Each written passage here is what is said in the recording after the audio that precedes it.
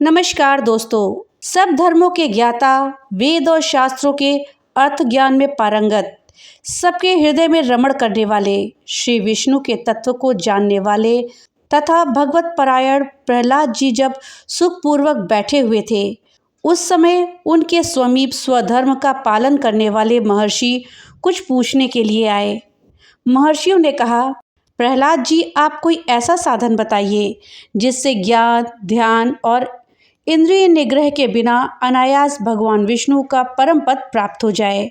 उनके ऐसा कहने पर संपूर्ण लोकों के हित के लिए उद्यत रहने वाले विष्णु भक्त प्रहलाद जी ने संक्षेप में इस प्रकार कहा, महर्षियों, जो 18 पुराणों का सार से भी सार तत्व है, जिसे कार्तिकेय जी के पूछने पर भगवान शंकर ने उन्हें बताया था, उसका वर्णन कर रहा हूँ, सुनिए। महादेव जी कार्तिकेय जी से बोले, जो कली में एकादशी की रात में जागरण करते समय वैष्णव शास्त्र का पालन करता है, उसके कोटि जन्मों के किए हुए 4 प्रकार के पाप नष्ट हो जाते हैं। जो एकादशी के दिन वैष्णव शास्त्र का उपदेश करता है, उसे मेरा भक्त जानना चाहिए।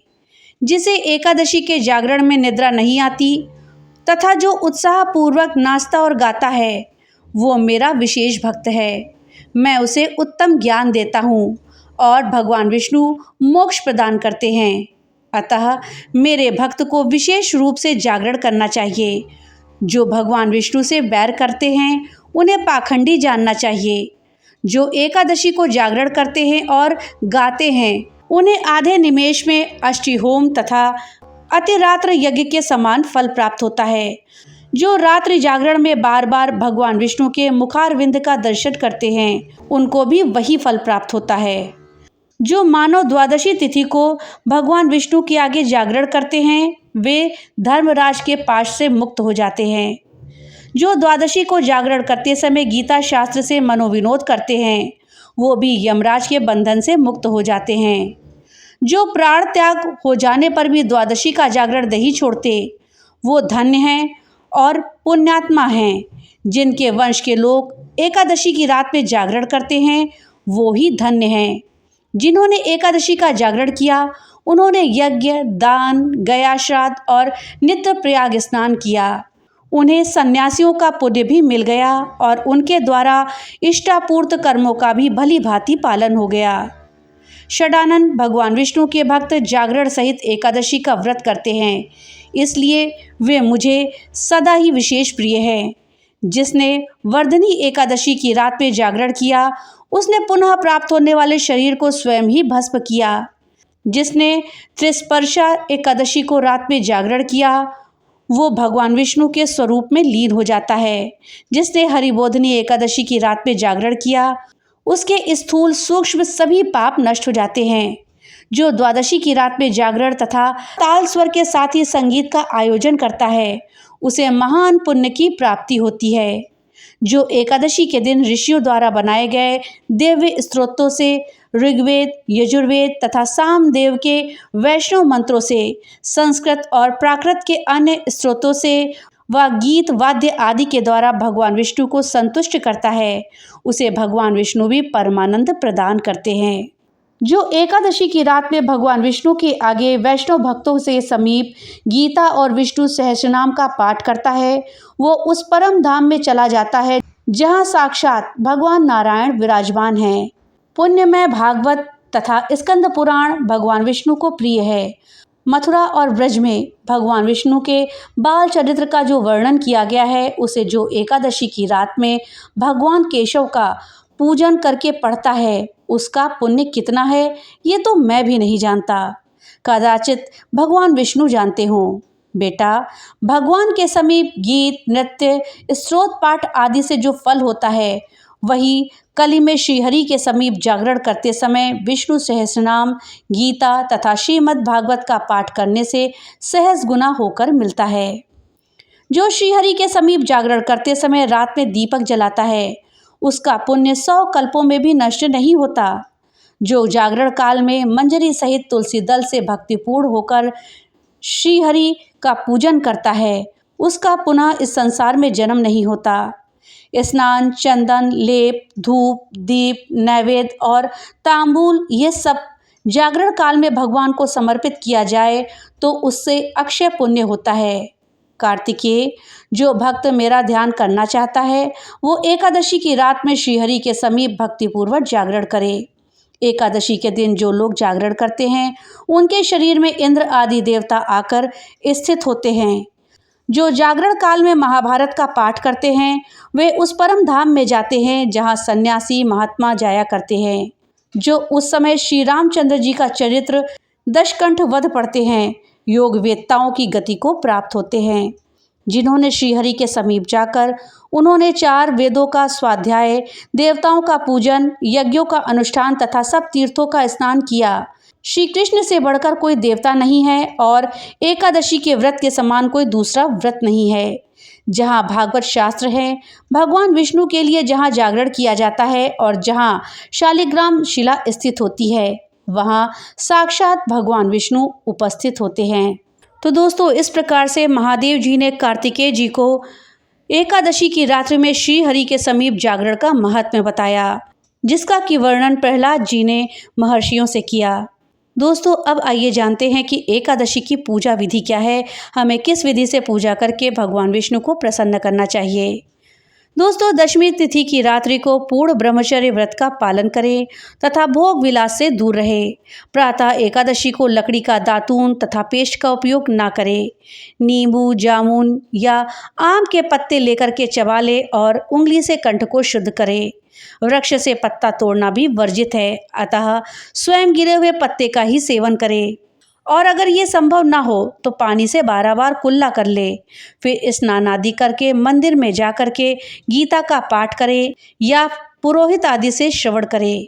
प्रभु के सामने इस प्रकार प्रण करना चाहिए कि आज मैंने चोर, पाखंडी और दुराचारी मनुष्य से बात नहीं करूँगा और ना ही किसी का दिल दुखाऊंगा। गौ, ब्राह्मण आदि को फलाहार तथा अन्न आदि देकर प्रसन्न करूँगा। रात्रि को जागरण करके कीर्तन करूँगा। ओम नमो भगवते वासुदेवाय इस 12 अक्षर मंत्र या फिर गुरु मंत्र का जाप करूँगा। राम, कृष्ण, नारायण इत्यादि विष्णु सहस्रनाम को कंठ का भूषण बनाऊँगा। ऐसी प्रतिज्ञा करके श्री विष्णु भगवान का स्मरण करके प्रार्थना करें कि हे त्रिलोकपति, मेरी लाज आपके हाथ में है, अतः मुझे इस प्रण को पूरा करने की शक्ति दे। मौन, जप, शास्त्र पठन, कीर्तन, रात्रि जागरण एकादशी में विशेष रूप से लाभ पहुंचाते हैं। एकादशी के दिन अशुद्ध द्रव्य से बने पेय नहीं पीने चाहिए। कोल्ड ड्रिंक, एसिड आदि डाले हुए फलों का डिब्बा बंद रस को ना पिएं। 2 बार भोजन ना करें। आइसक्रीम, तली हुई चीज़ें ना खाएं। फल अथवा घर में निकाला हुआ फलों का रस या थोड़े दूध या जल में रहना विशेष रूप से लाभदायक होता है। व्रत के इन 3 दिनों को अर्थात दशमी, एकादशी और द्वादशी को इन तीनों में कांसे के बर्तन, मांस, मदिरा, प्याज, लहसुन, मसूर, उड़द, चने की दाल, कोदो, शाक, शहद, तेल और अधिक जल का सेवन ये सब ना करें।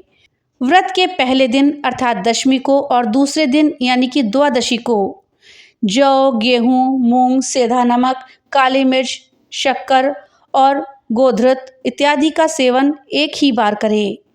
फलाहारी को गोभी, गाजर, शलजम, पालक, कुल्फा का साग इत्यादि का सेवन नहीं करना चाहिए।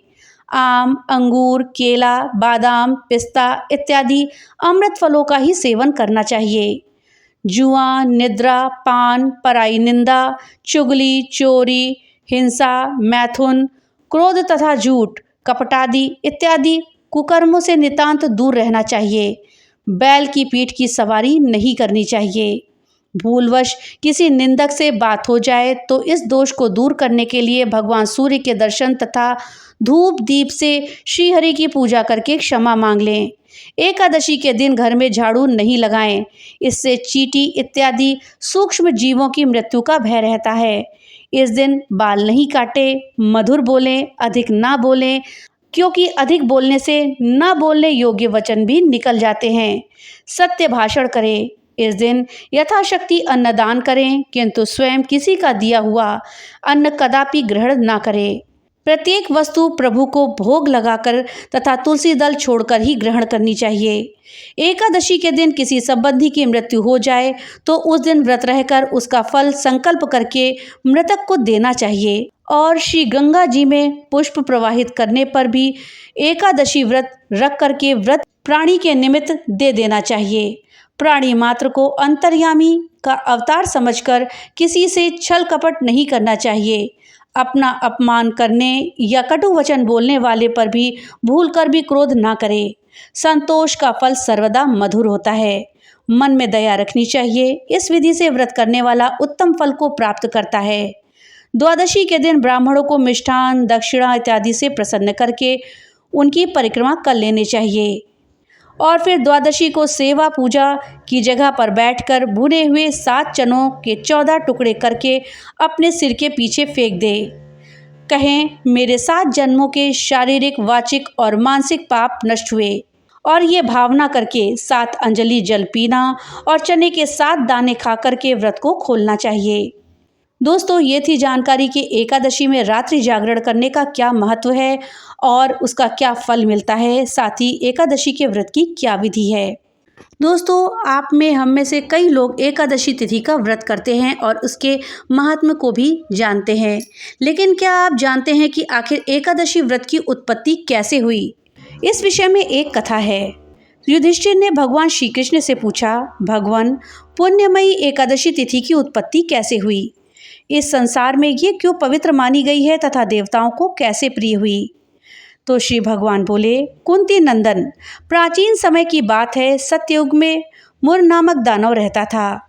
वो बड़ा ही अद्भुत, अत्यंत रौद्र तथा संपूर्ण देवताओं के लिए भयंकर था। उस काल रूपधारी दुरात्मा महासुर ने इंद्र को भी जीत लिया था। संपूर्ण देवता उससे परास्त होकर के स्वर्ग से निकाले जा चुके थे और शंकित तथा भयभीत होकर पृथ्वी पर विचरण कर रहे थे। एक दिन सभी देवता महादेव जी के पास गए। वहां इंद्र ने भगवान शिव के आगे सारा हाल कह दिया। इंद्र बोले, महेश्वर, ये देवता स्वर्गलोक से निकाले जाने के बाद पृथ्वी पर विचर रहे हैं। मनुष्यों के बीच रहना इन्हें शोभा नहीं देता। देव, कोई उपाय बताइए। देवता किसका सहारा लें? तब महादेव जी बोले, देवराज, जहाँ सबको शरण देने वाले, सबकी रक्षा में तत्पर रहने वाले जगत के स्वामी भगवान गरुड़ ध्वज विराजमान है, वहां जाओ, वे तुम लोगों की रक्षा करेंगे। भगवान श्री कृष्ण जी कहते हैं, युधिष्ठिर, महादेव जी की ये बात सुनकर परम बुद्धिमान देवराज इंद्र संपूर्ण देवताओं के साथ क्षीर सागर में गए, जहां भगवान गदाधर सो रहे थे। इंद्र ने हाथ जोड़कर उनकी स्तुति करी। इंद्र बोले, देवेश्वर, आपको नमस्कार है। देव, आप ही पति, आप ही मति, आप ही कर्ता और आप ही कारण हैं। आप ही सब लोगों की माता और आप ही इस जगत के पिता हैं। देवता और दानव दोनों ही आपकी वंदना करते हैं। हम लोगों की रक्षा कीजिए। प्रभु जगन्नाथ, अत्यंत उग्र स्वभाव वाले महाबली मुर नामक दैत्य ने इन संपूर्ण देवताओं को जीतकर स्वर्ग से बाहर निकाल दिया है। भगवान देवेश्वर, शरणागत वत्सल, देवता भयभीत होकर आपकी शरण में आए हैं। दानवों का विनाश करने वाले कमल नयन, भक्त वत्सल देव देवेश्वर जनार्दन, हमारी रक्षा कीजिए, रक्षा कीजिए। भगवान, शरण में आए हुए देवताओं की सहायता कीजिए। इंद्र की बात सुनकर के भगवान विष्णु बोले, देवराज, ये दानव कैसा है? उसका रूप और बल कैसा है तथा उस दुष्ट के रहने का स्थान कहाँ है? तब इंद्र बोले, देवेश्वर, पूर्व काल में ब्रह्मा जी के वंश में तालजंघ नामक एक महान असुर उत्पन्न हुआ था, जो अत्यंत भयंकर था। उसका पुत्र मुर दानव के नाम से विख्यात है। वो भी अत्यंत उत्कृष्ट, महापराक्रमी और देवताओं के लिए भयंकर है। चंद्रावती नाम से प्रसिद्ध एक नगरी है, उसमें स्थान बनाकर वो निवास करता है। उस दैत्य ने समस्त देवताओं को परास्त करके उन्हें स्वर्ग लोक से निकाल दिया है। उसने एक दूसरे ही इंद्र को स्वर्ग का सिंहासन पर बैठाया है। अग्नि, चंद्रमा, सूर्य, वायु तथा वरुण भी उसने दूसरे ही बनाए हैं। जनार्दन, मैं सच्ची बात कह रहा हूँ।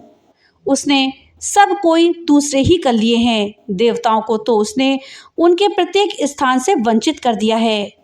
इंद्र की यह बात सुनकर भगवान जनार्दन को बड़ा क्रोध आया। उन्होंने देवताओं को साथ लेकर के चंद्रावती नगरी में प्रवेश किया।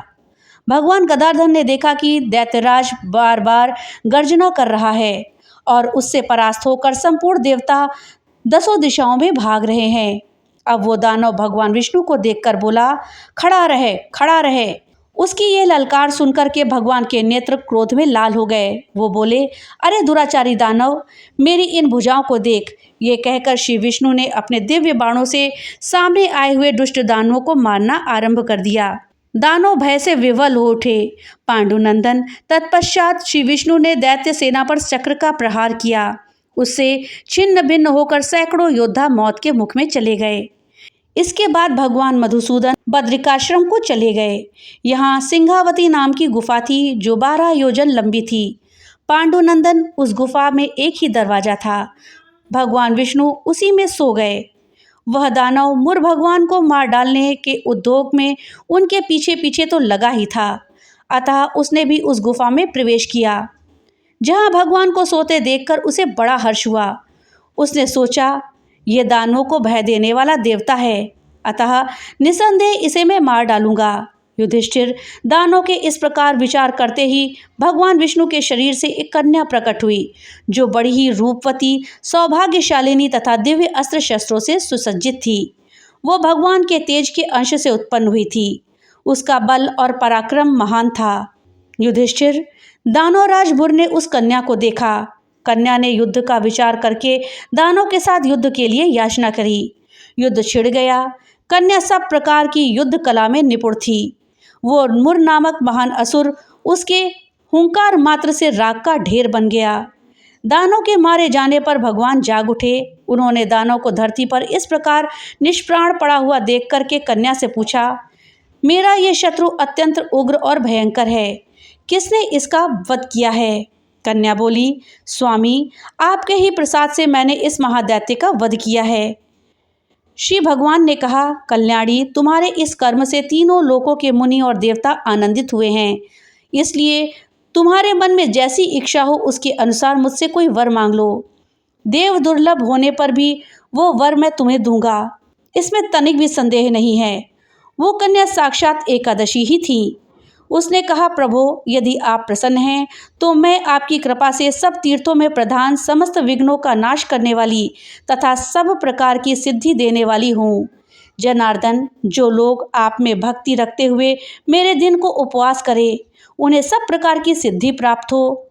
माधव, जो लोग उपवास, नत्क भोजन अथवा एक भुक्त करके मेरे व्रत का पालन करें, उन्हें आप धन, धर्म और मोक्ष प्रदान कीजिए। श्री विष्णु बोले, कल्याणी, तुम जो कुछ कहती हो वो सब पूर्ण होगा। भगवान श्री कृष्ण कहते हैं, युधिष्ठिर, ऐसा वर पाकर महाव्रता एकादशी बहुत प्रसन्न हुई। दोनों पक्षों की एकादशी समान रूप से कल्याण करने वाली है। इसमें शुक्ल और कृष्ण का भेद नहीं है। यदि उदय काल में थोड़ी सी एकादशी है, मध्य में पूरी द्वादशी और अंत में किंचित त्रयोदशी हो तो वो त्रिस्परा एकादशी कहलाती है। वो भगवान को बहुत ही प्रिय है। यदि एक त्रिस्पर्शा एकादशी को उपवास कर लिया जाए तो 1000 एकादशी व्रतों का फल प्राप्त होता है तथा इसी प्रकार द्वादशी में पारण करने पर 1000 गुना फल माना गया है। अष्टमी, एकादशी, षष्ठी, तृतीया और चतुर्दशी ये यदि पूर्व तिथि से विद्ध हो तो उसमें व्रत नहीं किया जाना चाहिए। परिवर्तनीय तिथि से युक्त होने पर ही इनमें उपवास का विधान है।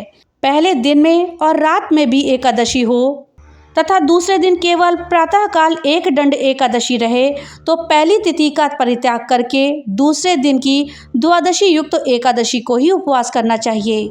ये विधि मैंने दोनों पक्षों की एकादशी के लिए बताई है। जो भी मनुष्य एकादशी को उपवास करता है वो बैकुंठ धाम में जाता है, जहाँ साक्षात भगवान गरुड़ ध्वज विराजमान रहते हैं। जो मानव हर समय एकादशी के महात्म्य का पाठ करता है उसे 1000 गोदान के पुण्य का फल मिलता है।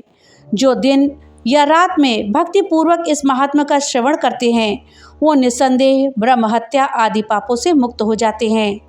एकादशी के समान पापनाशक व्रत दूसरा कोई नहीं है। दोस्तों, एकादशी 2 प्रकार की होती है, संपूर्णा और विद्या। संपूर्णा एकादशी वो होती है कि जिस तिथि में केवल एकादशी तिथि होती है। अन्य किसी तिथि का उसमें मिश्रण नहीं होता, उसे संपूर्ण एकादशी कहते हैं। दोस्तों, विद्या एकादशी 2 प्रकार की होती है। पहली पूर्व विद्या, जो कि दशमी मिश्रित एकादशी को पूर्व विद्या एकादशी कहते हैं। यदि एकादशी के दिन अरुणोदय काल अर्थात सूरज निकलने से 1 घंटा 36 मिनट पहले का समय में यदि दशमी का नाम मात्र अंश भी रह गया तो ऐसी एकादशी पूर्व विद्या दोष से दोषयुक्त होने के कारण वर्जनीय है। ये एकादशी दैत्यों का बल बढ़ाने वाली और पुण्यों का नाश करने वाली होती है। दशमी मिश्रित एकादशी दैत्यों के बल को बढ़ाने वाली है, इसमें कोई भी संदेह नहीं है। दूसरी है परविद्या। द्वादशी मिश्रित एकादशी को परविद्या एकादशी कहते हैं।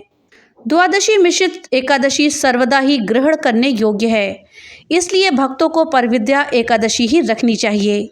ऐसी एकादशी का पालन करने से भक्ति में वृद्धि होती है। दशमी मिश्रित एकादशी से तो पुण्य क्षीण होते हैं। दोस्तों, अब आइए ये भी जान लेते हैं कि साल में कितनी एकादशी होती है। प्रत्येक वर्ष 24 एकादशियां होती है। जब अधिक मास या मलमास आता है तब इनकी संख्या बढ़कर के 26 हो जाती है। तो दोस्तों, ये थी जानकारी एकादशी के व्रत के विषय में, साथ ही रात्रि जागरण के महत्व के विषय में। जानकारी आपको कैसी लगी हमें कमेंट बॉक्स में लिख करके जरूर बताइएगा। तो मिलते हैं अगली एक नई वीडियो के साथ, तब तक के लिए राधे राधे।